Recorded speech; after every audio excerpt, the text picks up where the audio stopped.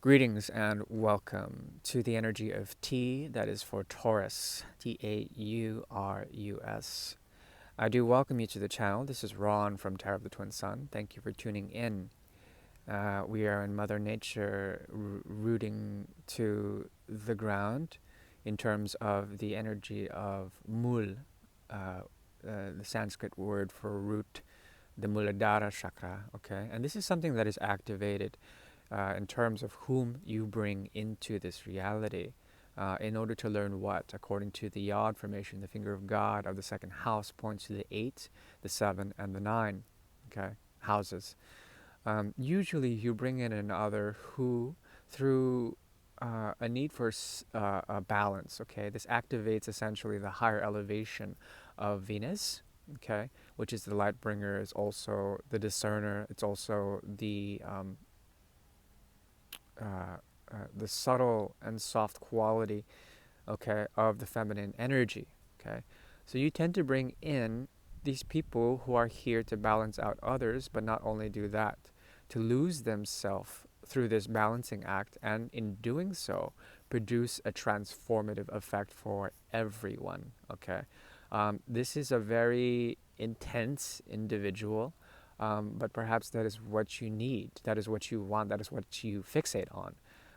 But in this act of them letting go, they become self-effaced, meaning that there's something about them that through their actions, okay, through their actions, they tend to lose themselves. And what occurs afterwards is that you become fixated on this person, but they're constantly transforming, so there's nothing to hold on to. There's nothing for them to hold on to because they lose themselves through the higher elevation of Venus, okay? That's what happens when Lucifer, Venus, Shukra, ascends.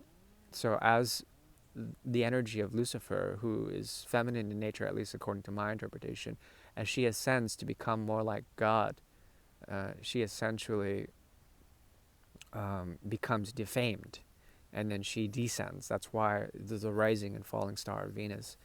And that's something that you look to in terms of ascension, a way to bring in this type of person through their loss, through their self-effacement, becomes an extreme tragedy, a romance. Okay, let's go ahead and look into.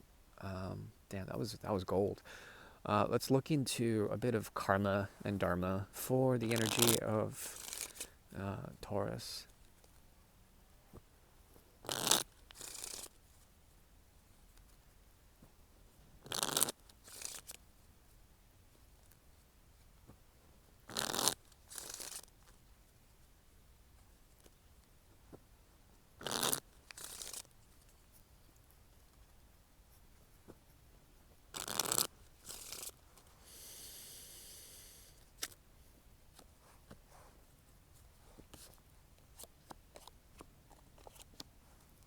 Okay, and okay.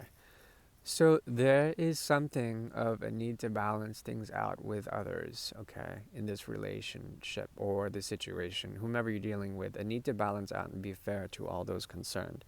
You are learning from the past, and in this learning, there's going to be an ascent into pure being, okay? This allows for you to purify excessive thought cycles, okay? Excessive thought cycles, there is a quest for peace of mind here. And if you can do this, this purification will be very profound. There will be a way to essentially be rid of doubt, fear, be rid of questioning what was said, what was done in terms of communication, in terms of also thought processes that need to be let go, okay? There's a humanitarian edge to this, but it's also very self-serving in a positive way, okay? And I like this. Perhaps there is also a need for isolation. If you approach this path of isolation, it will bring forward a sense of practicality as well as order in your life, okay? And if you do so, there will be a way to balance out through the auspices of Saturn and Mercury, okay? Structures around you and balancing out these structures, making sure that they have resonances in terms of this order, okay? Now let's move into what is known as the Great Mirror. The Great Mirror is a tool devised by the Order of the Twin Sun in order to see particular karmas or energetic resonances that exist between the energy of Taurus and a significant other. The seventh house away from Taurus is ruled by the eighth, uh, that is scorpionic energy. Okay, once again, we'll pull in the energy of other to see what types of transformations they may be going through, if there were any. What is the deal in terms of stagnation, or what their deal is in terms of the relation to your energy. Okay.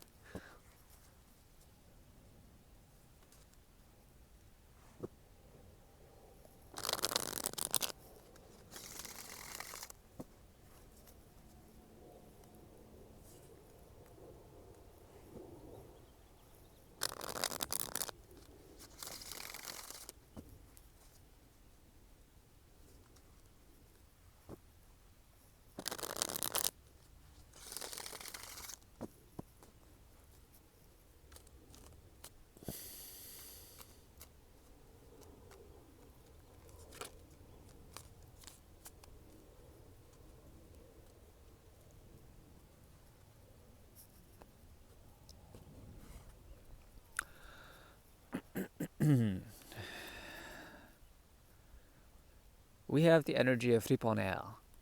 Okay, 38, ominous number.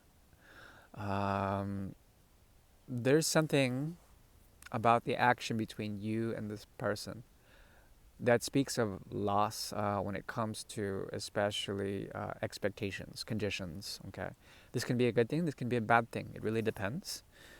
Neither good nor bad emerges so far.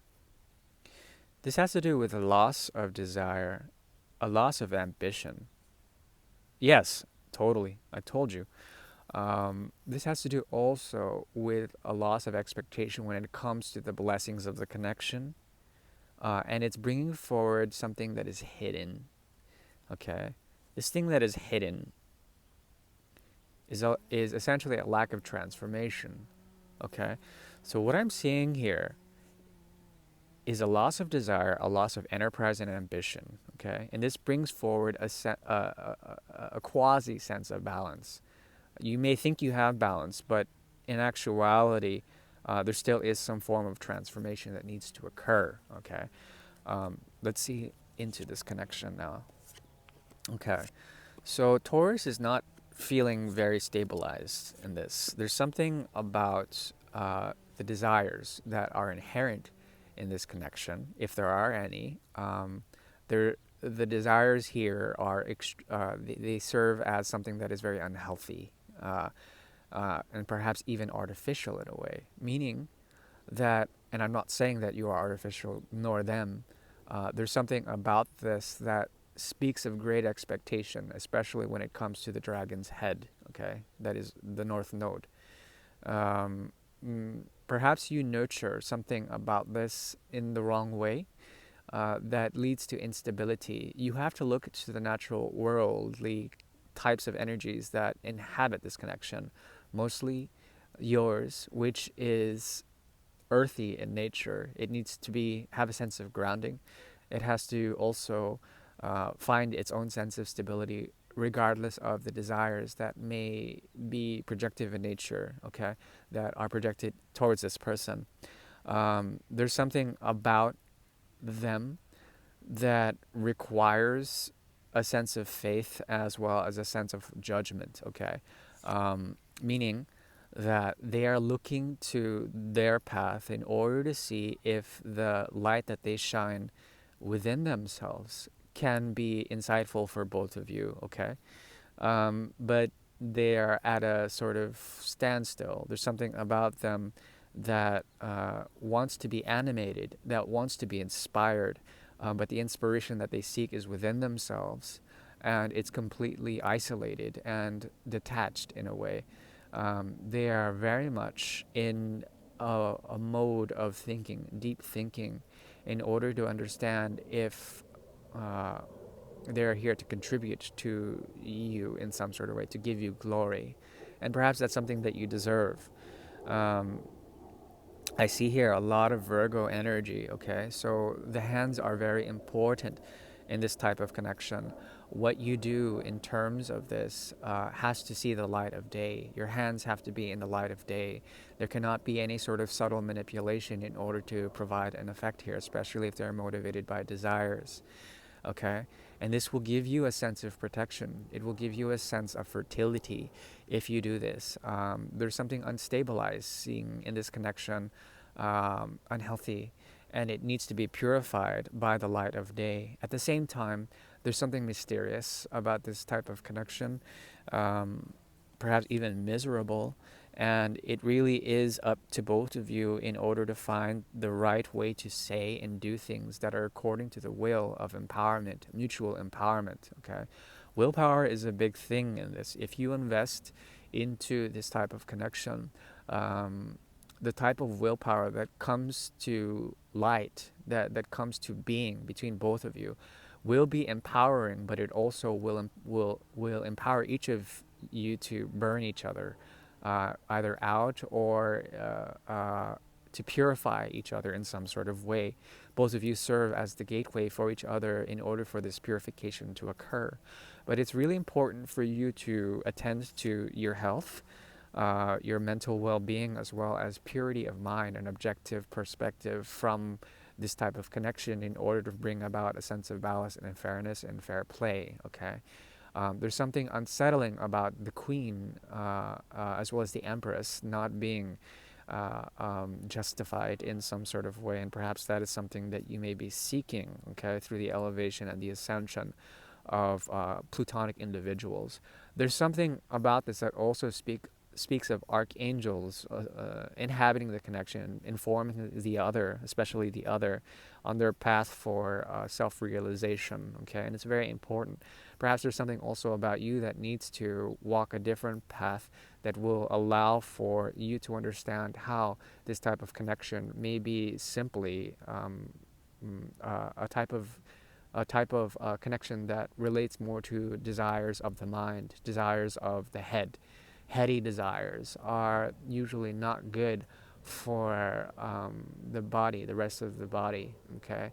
And the neck below needs to be tended to. This speaks about also being activated in some sort of way that relates to the upper chakras, the third eye, as well as the ascension chakra at the crown of the head. Okay, these can be activated, but if the rest of the chakras are not aligned, then what's the point? There is a need to also pay attention to what is said, what is not said, what wants to be said. Perhaps these need to be written in paper in order to understand some of the more practical applications of such a connection.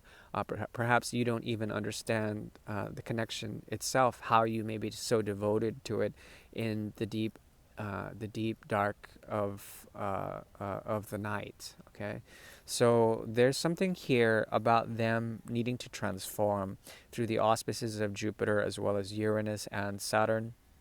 Okay, Aquarian and ninth and 11th house energies. Okay, if that is the case, then there's something about them also that inhabits the nexus of the 10th house. Okay, which can be karmic in nature, but also them having to deal with certain realities. What they want mostly, excuse me, excuse me, what they want mostly is to be able to find a gateway that would be nurturing for all those concerned. Okay, perhaps there's something about them, their energy, that is extremely demanding in terms of transformation, that is extremely destructive in nature, that needs to be understood. Um, my best advice for you is to walk the bridge of mystery, okay? And it's very esoteric. There's something about this type of connection that needs to go through the fire purification by taking the first step onto the bridge of change or the bridge of translocation, okay? And this will help in some sort of way. Um, Also, there's the Four of Pentacles, the road of conservation and reservation. Okay, in terms of the deep emotional capacities for you and this individual, will allow for regeneration. okay? Meaning that there's something about the moon cycles as well as the four for some reason is coming into mind that will allow for reservation, okay? That will allow for energetic recharging. And this will help you to find a purity of mind, but also to find a sense of why things may feel extremely isolated.